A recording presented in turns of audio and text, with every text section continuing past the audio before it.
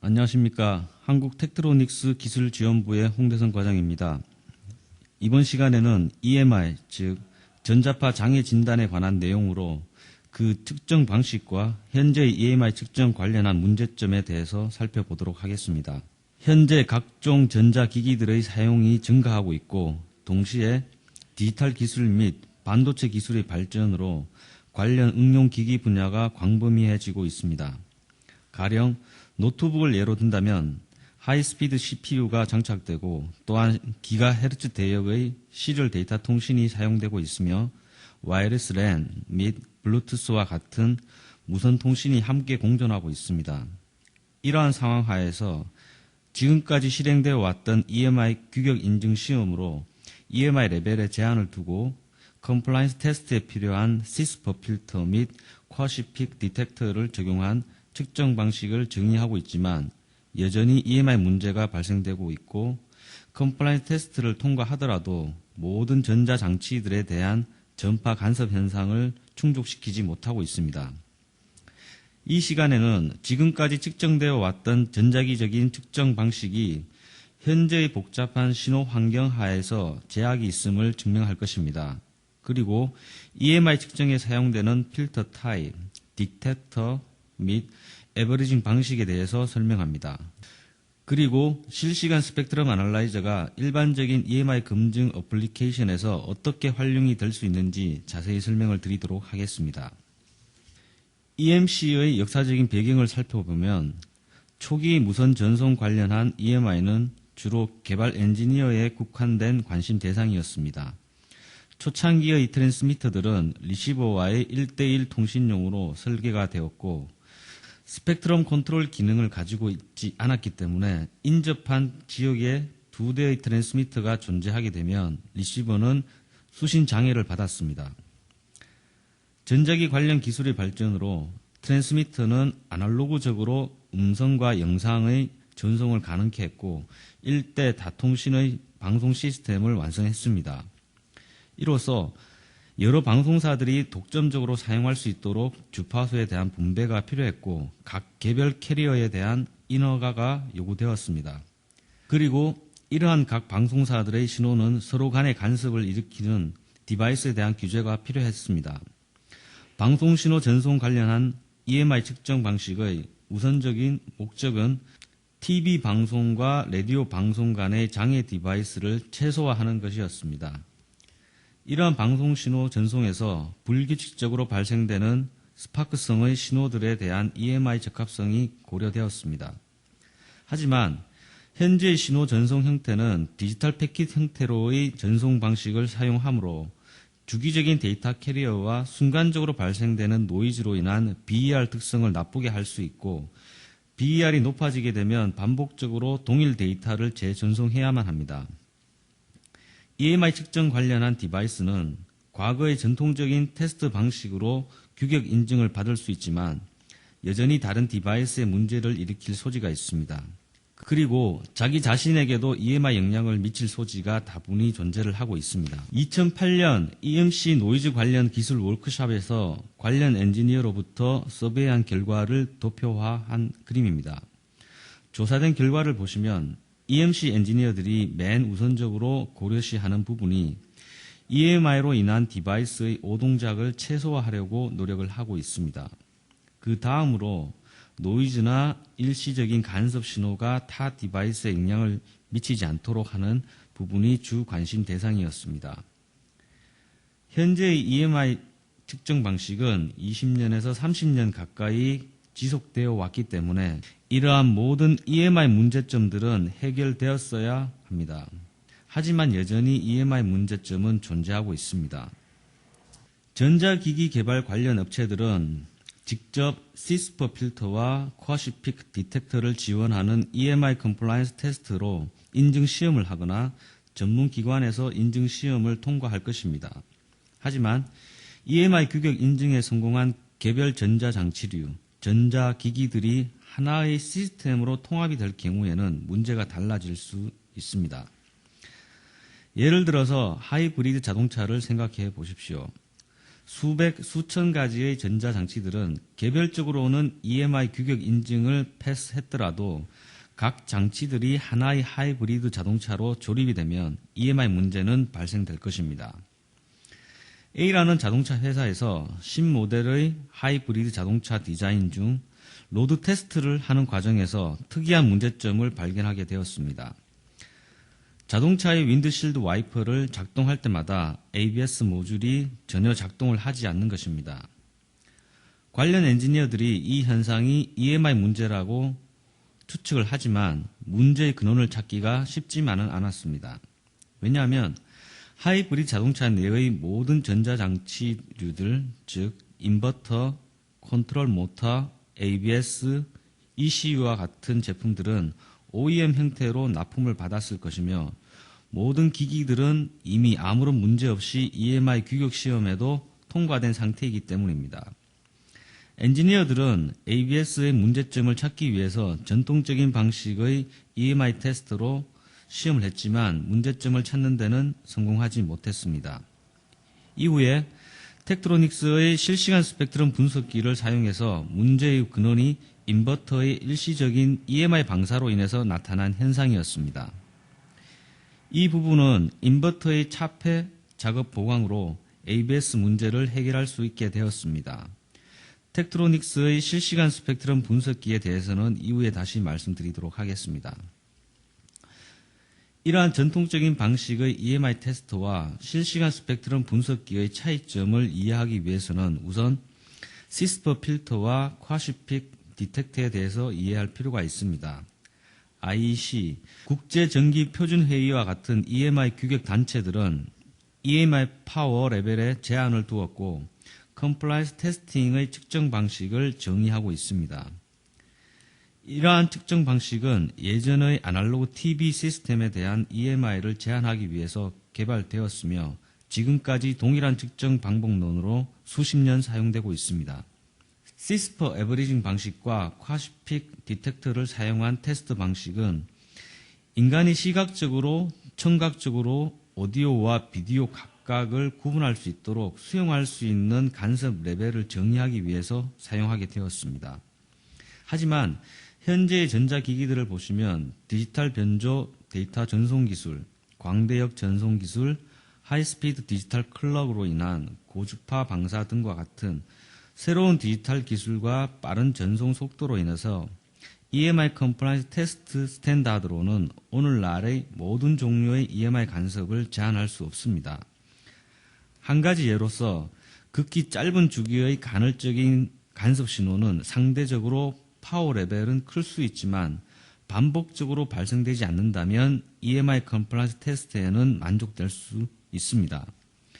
그러한 펄스성 신호가 아날로그 방식의 방송 신호 전송에는 거의 영향을 주지 않지만 디지털 시스템에서는 전 패킷 데이터가 손실될 수 있으며 인접한 다른 채널에 영향을 미칠 수 있는 EMI 성분이 될 수 있습니다. 자동차 관련한 간섭 및 노이즈에 대해서 살펴보도록 하겠습니다. 현재의 하이브리드 자동차는 수많은 종류의 ECU 사용이 급격하게 증가하고 있습니다. 예를 들어서 일반 자동차의 경우 대체적으로 50개의 ECU를 사용하지만 하이브리드 자동차의 경우 100개 이상의 ECU가 적용이 되고 있으며 이 수치는 날로 증가할 것으로 보입니다. 따라서 앞에서 언급했던 인버터의 실링 문제로 인한 ABS의 동작 오류와 같은 순간적으로 발생되는 펄스성 EMI 문제가 수백 개의 ECU 사이에서 발생될 확률은 더 커질 것입니다. 차량 내 ECU들은 기본적으로 세 가지의 요소에 의해서 간섭을 받게 됩니다. 첫 번째로 외부 환경적인 영향에 의한 간섭으로 방송사, 송신소, 그리고 핸드폰 기지국들이 가까이 위치했을 경우에 이러한 신호들이 차량 내에서 사용되는 주파수와 믹싱되어 하모닉이나 스피러스를 생성하게 되면 ECU 동작에 영향을 줄 수 있습니다. 자동차 생산 조립 라인에서 발생된 한 가지 사례로 작업 도중에 한 번씩 자동차의 에어백이 작동하는 현상이 발생되었습니다. 그 문제의 근원은 생산 라인의 조명 컨트롤을 하기 위해서 스위칭 시에 발생되는 간섭 신호의 영향으로 에어백의 ECU를 트리거시킴으로써 에어백이 터지는 문제가 나타났던 것입니다. 두 번째의 간섭 요소는 차량 내부에 의해서 발생되거나 또는 다른 차량 내의 장치들 간의 간섭, 그리고 여러 ECU 장치들의 간섭이 생길 수 있습니다. 예를 들어서 LCD가 광대역의 노이즈를 발생하게 되면 ECU의 동작을 방해할 수 있습니다. 세 번째로 ECU 설계 과정에서 고려되어야 할 부분으로 ECU 모듈 내부의 다른 부품들에 의해서 일시적인 EMI가 방사될 수 있습니다. 차량 내의 GPS 모듈은 통상적으로 아주 낮은 레벨의 신호를 수신하기 때문에 가장 흔히 나타날 수 있는 ECU 모듈 내부 EMI 특성이라고 볼 수 있습니다. 앞장에서 설명드렸던 바와 같이 EMI 영향을 미치는 요소에는 외부 환경적인 요인에 의한 간섭과 차량 내의 각종 전자장치들 간의 간섭과 ECU 모듈 내부의 소자들에 의한 간섭은 모두 다 센시티비티를 떨어뜨리고 BER을 증가시키는 요인이 됩니다. 그 외에 일반적인 사용자들이 경험할 수 있는 EMI 간섭 영향을 나열하고 있습니다. 인터넷 속도가 떨어진다든가 무선 인터넷 접속이 느려진다든가 중간에 끊김 현상을 쉽게 느꼈을 것입니다. 그리고 차량 내의 DMB의 수신율이 떨어진다든지 아예 수신이 안 되는 경우, 혹은 GPS가 충분히 수신 가능한 지역임에도 불구하고 ECU에서 위성신호 복조가 안 되어서 내비게이션을 전혀 쓸 수 없는 상황도 발생할 수 있습니다. 이러한 원인은 화면 하단에서 명시하는 것과 같이 세 가지의 기본적인 문제의 근원이 있기 때문입니다. 첫 번째로 차량 내의 무선 관련 어플리케이션이 혼재하고 있다는 겁니다. WCDMA, HSDPA 서비스, 와이어리스 랜, 블루투스, GPS, DMB 방송, FM, AM 라디오 등이 서로 간의 간섭을 일으킬 수도 있고, 또는 이러한 무선 어플리케이션들은 차량 안의 모터, 알터네이터, 스파크 플러그 및 인버터에서 발생되는 EMI에 노출될 수 있습니다. 두 번째로 여러 무선 어플리케이션들이 통합 환경에서 사용되고 있습니다.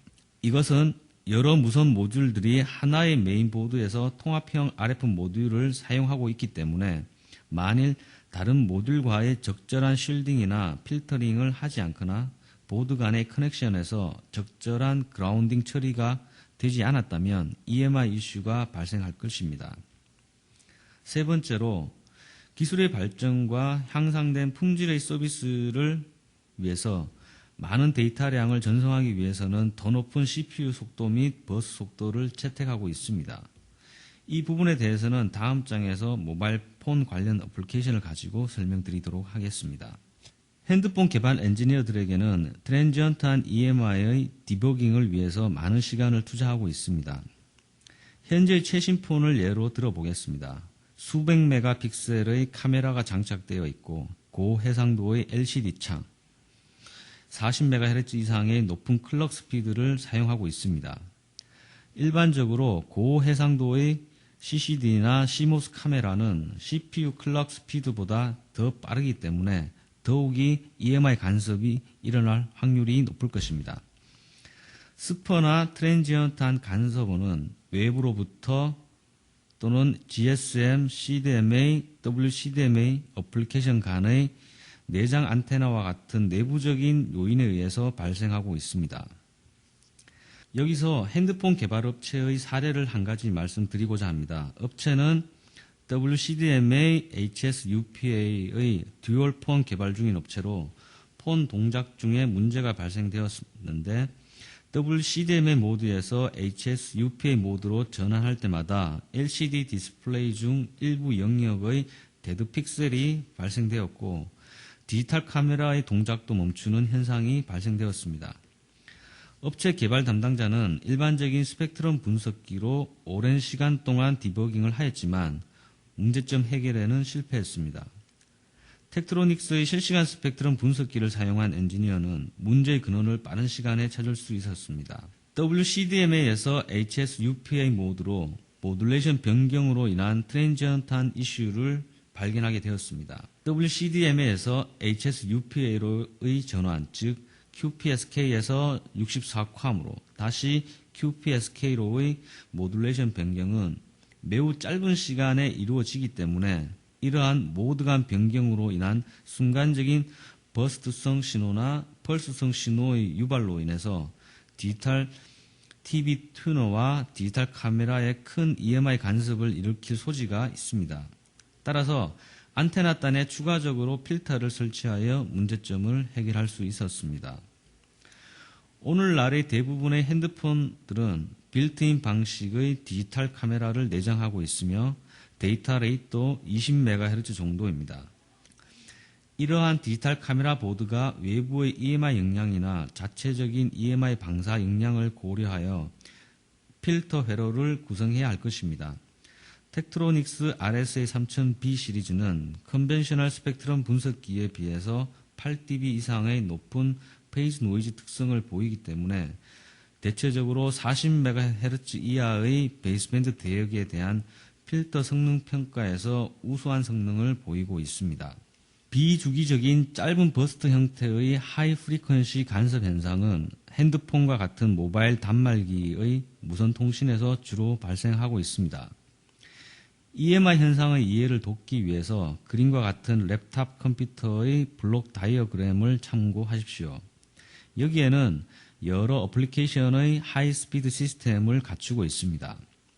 CPU, 무선 전송을 위한 트랜스미터와 리시버들, 2.4GHz 대역의 블루투스 모듈, 와이어리스 랜, 13.56MHz의 NFC, 2.3GHz 대역의 WiMAX, 2.2GHz 대역의 WCDMA, 1.5GHz 대역의 GPS 모듈 및 200MHz 대역의 DMB 모듈들이 통합 환경에서 사용이 되고 있습니다.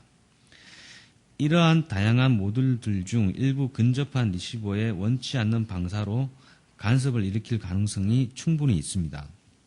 그리고 그림에서 보시다시피 각 어플리케이션 모듈 설계는 규정된 스펙 내에서 운영되도록 디자인되겠지만 컴퓨터 클락이나 불규칙적인 하드디스크 드라이버의 액세스로 인한 EMI 방사가 각 모듈의 리시버 쪽으로 유입될 수 있습니다.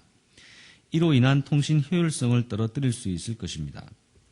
EMI 방사량의 증가로 상황이 더욱 나빠질 경우에는 모듈 개별적으로 봤을 때는 정상적으로 디자인되고 운용할 수 있더라도 그림과 같이 통합 환경에서는 전혀 운용이 되지 않을 수도 있을 것입니다. 따라서 EMI 규격 인증을 위한 전통적인 방식의 테스트뿐만 아니라 좀 전에 설명드렸던 것처럼 트랜지언트한 EMI 성분을 검출할 수 있는 새로운 디버깅 방식도 요구가 되고 있습니다. 본 예제와 같이 텍트로닉스의 실시간 스펙트럼 분석기는 이러한 어플리케이션에 대해서 최적의 솔루션이 될 것입니다. 다음의 예제는 트랜지언트한 EMI 방사 트러블 슈팅을 위한 텍트로닉스의 실시간 스펙트럼 분석기를 어떻게 활용을 하고 있는지를 보여주고 있습니다.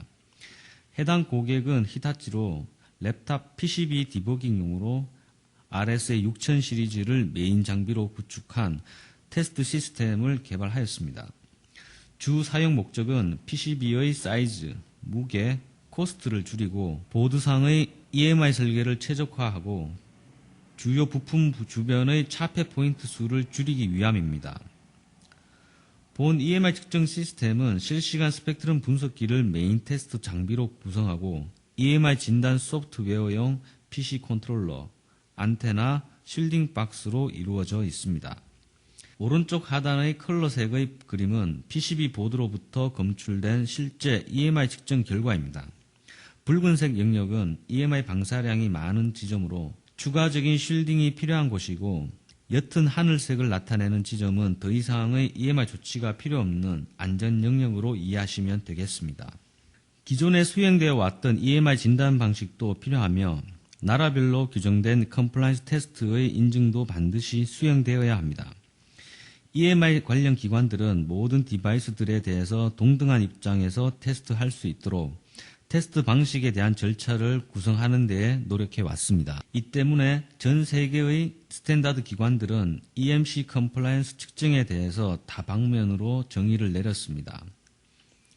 테스트 장비 관련해서는 주파수 범위, 레졸루션 밴드위드스, 디텍션 방식, 에버리징 방식 등에 관한 정의와 테스트 장비의 어큐러시, 센시티비티 및 다이나믹 레인지에 대해서도 규정을 하고 있습니다.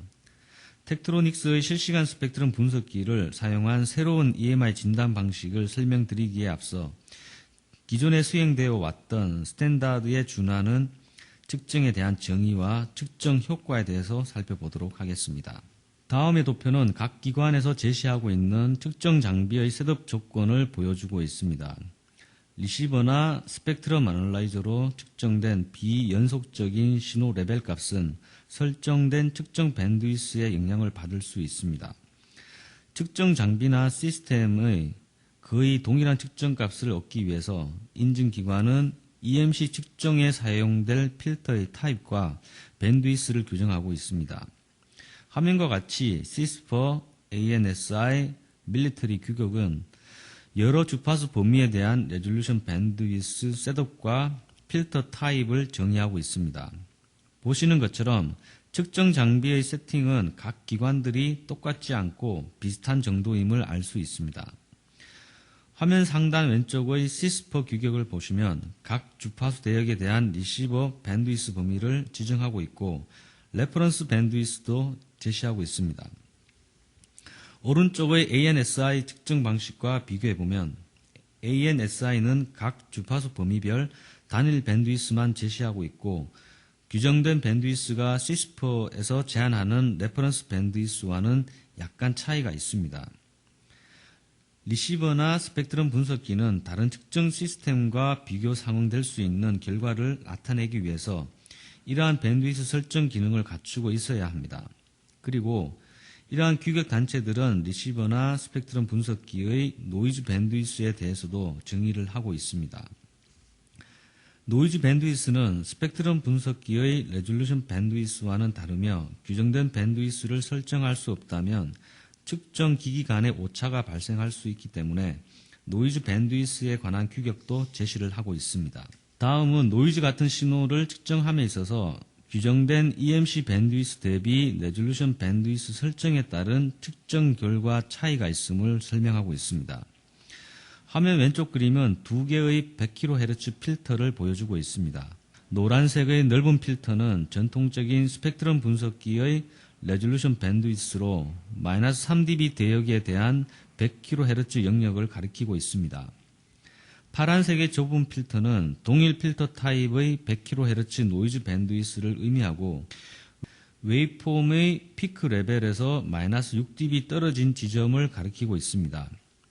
노이즈와 같은 신호 측정 시 두 가지 필터로 측정하면 화면 오른쪽과 같이 약 1.54dB 정도 측정상 차이가 있다는 것을 알 수 있을 것입니다. 텍트로닉스의 RSA 6100A 시리즈는 ANSI, CISPer, 밀리터리 스탠다드 필터 밴드위스에 적용할 수 있도록 지원하고 있으며 타 계측 기기와의 비교 상응할 수 있는 결과치를 얻을 수 있습니다. EMI 측정에서 신호의 웨이폼 디스플레이 방식을 간단히 피크 디텍트로 사용할 수 있지만 EMI 측정 스탠다드에서는 쿼지 피크 디텍터 사용을 권고하고 있습니다.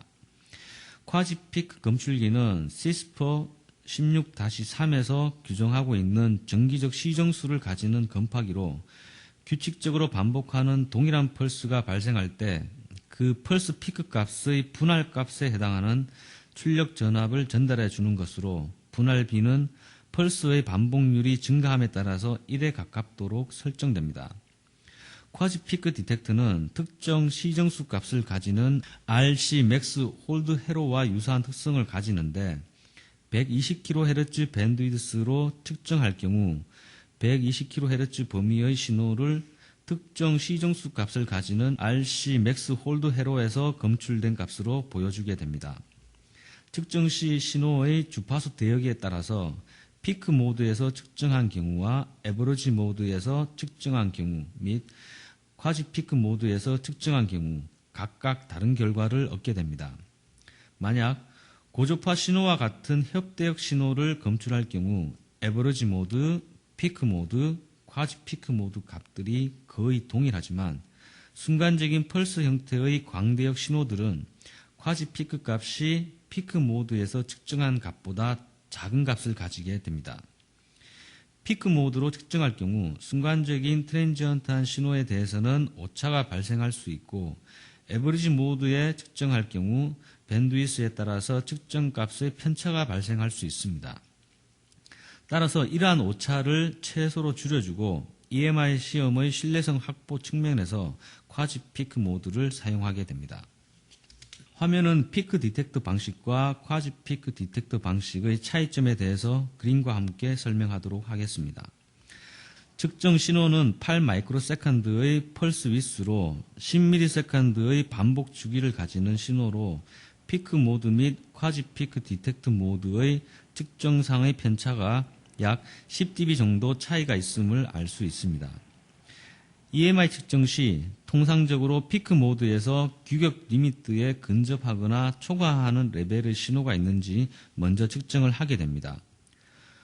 쿼지 피크 측정은 디텍터 자체의 충전 시간과 볼트메타 리스판스 시간이 느린 문제가 있기 때문에 피크 모드에서 측정한 데이터 중 규격 한계치에 가깝거나 초과되는 주파수 대역에 대해서 측정이 이루어집니다. 일반적인 스펙트럼 분석기는 단시간 내에 EMI 문제 유무를 판별하기 위해서 피크 디텍터 방식을 주로 사용합니다. 텍트로닉스의 RSA 6100A 시리즈는 EMI 진단과 프리 컴플라이언스 측정을 위한 피크 모드, 에버리지 모드 및 쿼지 피크 디텍터 모드를 함께 지원하고 있습니다. 비디오 필터는 주로 P 측정 신호 레벨이 매우 낮아서 스펙트럼 자체의 노이즈 플로우 근처에 존재하게 되면 신호와 노이즈의 구분이 어려워집니다. 이러한 경우에 노이즈 플로우의 베리에이션을 줄여서 신호 부분만을 자세히 볼 수 있도록 해주는 기능입니다. 실시간 스펙트럼 분석기와 근래의 스펙트럼 분석기는 디지털 필터 기술을 채택하여 비디오 필터링을 하고 있습니다. 화면의 도표와 같이 대부분의 EMI 측정 스탠다드는 비디오 필터를 사용하지 않거나 규정된 레졸루션 밴드위스보다 적어도 3배 이상 큰 비디오 필터 대역폭 사용을 지정하고 있습니다. 그 외에 비디오 밴드위스 필터링은 다양한 어플리케이션에서도 쓰일 수가 있는데, 그 가운데 노이즈 웨이폼을 에버리징하는 속도보다도 빠른 시간에 노이즈 신호를 평활할 수 있기 때문에 여러 엔지니어들이 선호하고 있습니다. 현재 EMI 컨포먼스 테스팅 및 진단 목적으로 어떠한 계측기기를 사용하고 있는지, 그리고 EMI 측정상 계측기의 장단점은 무엇인지 살펴보도록 하겠습니다. 화면과 같이 주로 전통적인 방식의 스위프 스펙트럼 분석기가 주류일 것입니다. 여기서 특히 강조할 부분은 이러한 스펙트럼 분석기는 EMC 컨포먼스 테스트로서 훌륭한 계측기기이지만 EMI를 진단하고 트러블 슈팅을 하는 부분에 있어서는 최적의 장비는 아니라는 것입니다. 이들 스위프 스펙트럼 분석기는 두 가지의 측정상 단점을 보이고 있습니다. 하나는 트랜지언트한 간섭이나 노이즈 신호를 검출하기 어렵다는 것입니다. 예를 들어서 인버터의 모드 변경이나 모듈의 파워 온 오프를 하는 순간적인 변화에 대해서 P 측정 DUT의 리스판스를 포착 불가능합니다. 무선 어플리케이션 모듈 같은 경우에 모듈의 간섭 신호는 대체로 마이너스 120dBm 이하의 매우 낮은 레벨의 신호이기 때문에 이러한 낮은 레벨의 신호를 검출하기 위해선 RBW를 최대한 낮추어야 할 것입니다. 이로 인한 협대역의 좁은 레졸루션 밴드위스를 설정해서 넓은 주파수 범위를 측정할 경우 웨이폼의 수입 스피드가 느려져서 측정상의 많은 시간을 소비해야 하는 단점이 있습니다. 다음 화면은 스위프 스펙트럼 분석기가 순간적인 임펄스성 신호를 잘 포착하지 못하는 단점을 보여주고 있으며, 어떠한 이유로 텍트로닉스의 실시간 스펙트럼 분석기가 이러한 부분의 최적의 솔루션인지 보여주고 있습니다. 물론 현재 EMI 측정 시스템이 트랜지언트한 신호를 잘 검출하지 못하고 EMI 설계를 함에 있어서 문제점을 안고 있지만, EMI 규격 인증 기관들은 이러한 스위프 스펙트럼 분석기가 반드시 필요시 되는 테스트 장비로 채택되어 있습니다. 보시는 예제 그림은 인베디드 시스템에서 하드디스크의 캐시 데이터를 주기적으로 요청하는 상황하에 EMI 특성을 스위프 방식 스펙트럼과 실시간 스펙트럼으로 비교 분석한 결과입니다. 왼쪽의 스위프 방식에는 두 가지의 웨이폼으로 노란색의 웨이폼은 피크 디텍트 방식으로 검출된 웨이폼과 맥스 홀드 모드로 1분간 모니터링한 파란색의 웨이폼을 디스플레이하고 있습니다. 여기서 웨이폼을 분석할 때 어떠한 신호 성분이 주기적으로 반복되는 신호이며 어떠한 주파수 성분이 트랜지언트한 신호인지 구별할 수 없는 상황입니다. 그리고 트랜지언트한 간섭운을 포착하기 위해서 1분 이상의 시간이 소요된 상태입니다. 반면에 텍트로닉스 실시간 스펙트럼 분석기의 DPX 모드는 단시간에 연속적으로 발생하는 주기적인 신호와 트랜지언트한 간섭 신호를 포착하여 줍니다. 화면 오른쪽과 같이 측정 방식은 파형 누적 모드로 약 5초간만 모니터링 하였습니다. 그 결과 화면처럼 컬러풀한 웨이폼을 보실 수가 있습니다. 여기서 색상은 웨이폼의 발생 빈도수를 색깔로서 표현하고 있습니다. 빨간색으로 보여주는 부분은 자주 반복되고 있는 신호를 의미하며 파란색이나 초록색으로 보여주는 부분은 발생 빈도수가 낮은, 즉 트랜지언트한 간섭 신호임을 확실히 이해하실 수 있을 것입니다. DPX 스펙트럼 처리 속도는 다른 스펙트럼 분석기에 비해서 100배 이상 빠른 속도로 데이터 처리를 할 수 있습니다. 따라서 순간적인 임펄스 신호의 듀레이션이 10마이크로세컨드 이상일 경우 100% 신호 검출 및 디스플레이가 가능합니다.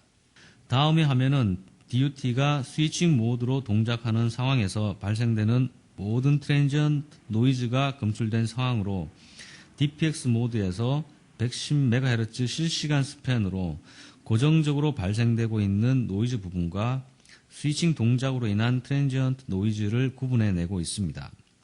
앞장에서 설명드렸다시피 화면의 고정적인 스테이셔너리 노이즈는 일반 스펙트럼 분석기로도 쉽게 검출이 가능하고 이러한 노이즈에 대해서는 해결책을 찾을 수 있을 것입니다. 하지만 트랜지언트한 노이즈는 전통적인 EMC 테스트로는 검출이 매우 어려운 작업일 것입니다.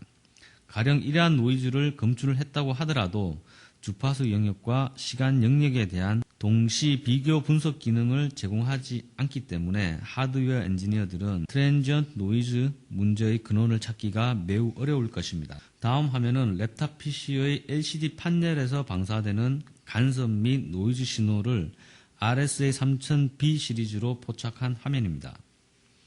텍트로닉스 RSA3000B 시리즈의 DPX 기능과 함께 DC부터 로우 프리퀀시 측정 커버리지 및 우수한 베이스밴드 페이즈 노이즈 특성을 갖추고 있습니다. 화면에서 보여지는 고정적인 노이즈와 순간적인 노이즈는 수십 헤르츠 대역에서부터 약 40MHz 대역에 걸쳐서 존재하고 있습니다. 대부분의 스펙트럼 분석기는 이러한 DC부터 RF 프리퀀시 레인지를 커버하진 않습니다. 일부 스펙트럼 분석기가 저주파수 대역을 커버하지만 그 주파수 대역이 고작 DC부터 100kHz 정도만 가능합니다. 실시간 스펙트럼 분석기의 DPX 모드에서 잠재적인 EMI 간섭 신호를 발견했다면 다음 단계로 보다 정밀 분석 절차를 거치게 됩니다. 앞장에서 보셨던 고정적인 EMI 노이즈와 간헐적으로 발생하는 트랜지언트 노이즈 중에서 트랜지언트 노이즈만을 포착하기 위해서 프리퀀시 마스크 트리거 기능을 사용하게 됩니다. 이 프리퀀시 마스크 트리거는 화면 오른쪽 하단과 같이 사용자 임의의 마스킹을 만들 수 있습니다. 화면과 같이 고정적인 EMI 노이즈는 배제하고 파란색 영역의 트랜지언트 노이즈가 발생될 경우 트리거링을 하게 됩니다. 10마이크로세컨드 이상의 펄스 위스를 갖는 이벤트 신호는 100% 트리거가 가능하며 트리거링한 신호는 프리 트리거 및 포스트 트리거 영역으로 메모리에 저장되게 됩니다. 화면 왼쪽은 스펙트로그램으로 X축은 주파수 영역을, Y축을 시간 영역으로 파워 레벨을 색상 변화로서 신호 해석을 하실 수 있습니다. 파란색 영역들은 스펙트럼 자체의 노이즈 플로우를 의미하고 녹색, 연두색들이 고정적인 EMI 노이즈와 트랜지언트 노이즈가 발생하고 있음을 알 수 있습니다. 그리고 트랜지언트 노이즈가 일정한 시간 간격으로 발생되고 있다는 것도 확인할 수 있습니다. 화면 오른쪽 상단은 시간 영역으로의 디스플레이로 트랜지언트 노이즈 신호의 두레이션을 두 개의 마커로 측정하였습니다. 이러한 트랜지언트 노이즈 신호의 두레이션이나 발생 주기를 알게 되면 관련된 오실레이터나 스위칭 동작 디바이스와 연관지어서 EMI 디버깅을 하실 수 있을 것입니다. 실시간 스펙트럼 분석기의 스펙트로그램은 스펙트럼 디스플레이와 시간 상관 뷰를 제공하기 때문에 하드웨어 엔지니어들이 특정 시스템이 ON이나 OFF 동작을 한다든지 시스템 모드를 변경하는 등의 동작 상황에 따른 스펙트럼을 분석할 수가 있습니다. 스펙트로그램의 시간 영역 캡처는 손실 없는 실시간 저장이 가능하기 때문에 문제점으로 의심되는 트랜지언트 신호 특성을 이해하기가 쉽습니다. 스펙트로그램상의 마크를 원하는 시간 영역으로 움직이면 해당 시간에 대한 스펙트럼 디스플레이를 보여주므로 트랜지언트 신호의 지속시간이나 신호 주기, 주파수 대형 및 파워 레벨 등의 분석을 하실 수 있습니다.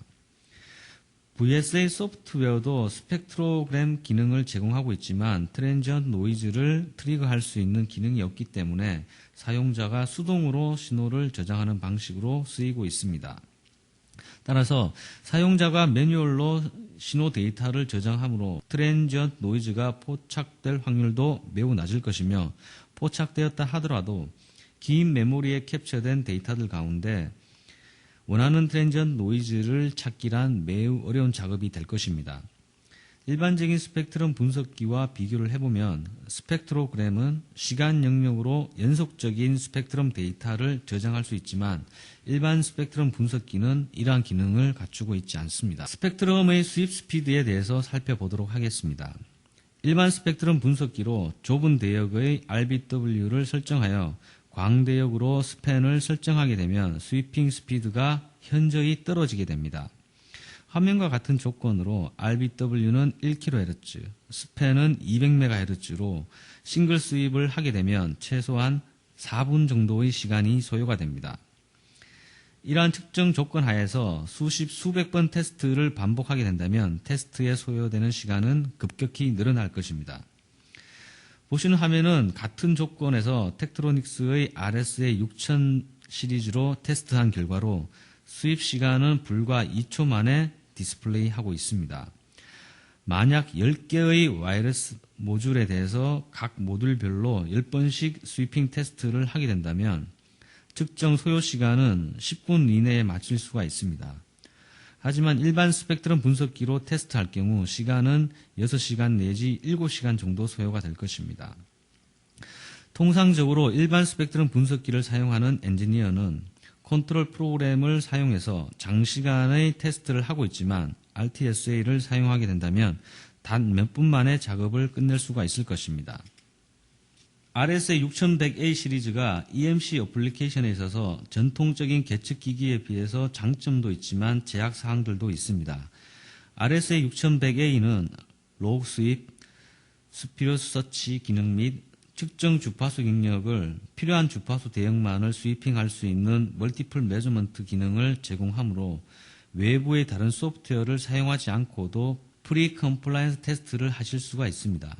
하지만 방대한 양의 특정 데이터들을 수집하고 선별을 요하는 고강도의 프리 컴플라이언스 테스트에는 외부 소프트웨어가 필요하게 될 것입니다.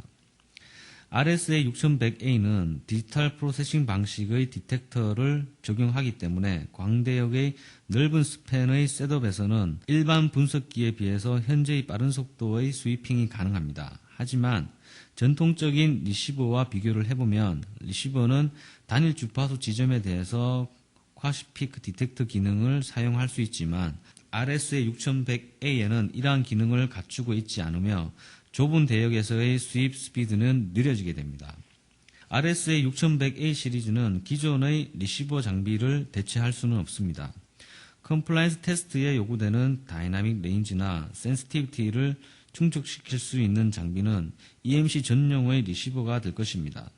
반면에 RSA 6100A는 프리-컴플라이언스 툴의 개념으로 랩실에서 빠른 측정 결과를 얻을 수 있으며 개발 단계에서 디버깅 시간 단축으로 비용 절감 효과를 볼 수 있을 것입니다. 다음으로 실시간 스펙트럼 분석기의 EMI 적용 사례를 살펴보도록 하겠습니다. A라는 자동차 회사에서 신모델의 하이브리드 자동차 디자인 중 로드 테스트를 하는 과정에서 특이한 문제점을 발견하게 되었습니다. 그 전까지만 하더라도 A사는 하이브리드 자동차에 사용되는 모든 파츠들이 EMC 컴플라이언스 테스팅에 통과되었기 때문에 트랜지언트 EMI 테스트에 대해서는 전혀 관심이 없었습니다. 로드 테스트 도중 트랜지언트 EMI 영향으로 GPS가 동작하지 않고 LCD 화면의 일부 픽셀이 깨지는 현상이 발생하게 되었습니다. 엔지니어들은 전통적인 방식의 스펙트럼 분석기로 디버깅을 했지만 실패했고 RTSA의 DPX 및 프리퀀시 마스크 트리거 기능을 사용해서 그 문제의 근원이 인버터와 파워 컨버터에서 발생된 트랜지언트 노이즈였음을 찾을 수 있었습니다. 인버터가 모두 변경을 시작할 때 광대역의 트랜지언트 노이즈 발생으로 GPS 리시버와 LCD 디스플레이에 EMI 영향을 주었던 것입니다. 다음은 디지털 카메라 제조업체로 트랜지언트 에미션 신호 포착용 장비를 검토 중이었습니다. 새로 개발 중인 DSLR 카메라에 와이어리스 랜 모듈과 GPS 모듈이 내장되기 때문에 이들 모듈의 센시티비티를 고려하여 방사 노이즈에 대한 EMI 설계를 최적화할 목적으로 실시간 스펙트럼 분석기를 사용하게 되었습니다. 첫 단계로 DPX 모드에서 실시간으로 모든 트랜지언트 에미션을 발견할 수 있고 두 번째 단계로 프리퀀시 마스크 트리거 및 실시간 스펙트로그램으로 정밀 분석을 하게 되며 2.4GHz ISM 밴드에 대해서 110MHz의 실시간 대역폭으로 ISM 밴드 내에 존재하는 모든 스피리어스 및 노이즈 신호 캡처를 할 수 있었습니다. 전통적인 EMC 프리-컴플라이언스 테스트의 쿼지픽 디텍터 및 시스퍼 필터 기능도 본 카메라 제조사에서 요구된 기능들이었습니다. 마지막 장으로 텍트로닉스의 RTSA 실시간 스펙트럼 분석기는 EMI 컴플라이언스 테스터라고 말할 수는 없습니다. 다만 EMI의 진단용 툴로서 혹은 트랜지언트 EMI 트러블 슈팅 툴로서 랩실이나 필드 환경에서 적용하실 수가 있습니다. RF 기술의 발전으로 신호 형태만 보더라도 호핑 방식, 버스팅 방식 및 다양한 디지털 변조 기술을 채택하고 있으며 이러한 신호들을 에버리징 하거나 쿼지픽 검출 기능을 사용할 경우 매우 낮은 레벨 값을 보이고 있습니다. 따라서 이러한 신호들은 컴플라이언스 테스트에서 통과될 수 있지만 여전히 트랜지언트 EMI 문제가 발생할 수 있습니다. 텍트로닉스의 실시간 분석기는 트랜지언트 EMI 진단용 장비로 여러 엔지니어들로부터 우수성을 인정받고 있습니다. DPX 기능으로 어떠한 EMI 방사 신호가 있는지 발견하고 그 다음 단계로 프리퀀시 마스크 트리거 기능으로 EMI 방사 신호에 대해서 트리거링 한 후 스펙트로그램과 멀티 도메인 디스플레이에서 방사 노이즈에 대한 심도 깊은 분석을 도와주게 됩니다. 이상으로 EMI 장애 전파 신호 분석 관련하여 기존 EMI 진단 방식과 측정법 및 측정상의 문제점들 그리고 텍트로닉스의 실시간 스펙트럼 분석기의 EMI 진단 방식에 대한 세미나를 마치도록 하겠습니다. 감사합니다.